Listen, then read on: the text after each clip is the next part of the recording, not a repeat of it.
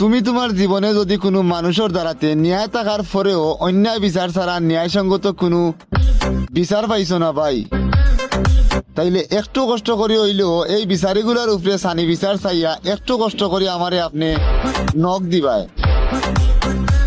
কারণ আমি আমার প্যাকেটর টাকা খরচিয়া হইলেও এই ধরনের বিচারিগুলারে সারা বিশ্বর মঞ্চের সামনে তারার ফেসগুলা চিহ্নিত করিয়া সেনাবাহিনীর লেদ তুলিয়া বুশ ছাড়া এই বিচারিগুলারে আমি একবার বোরিং করতাম চাই।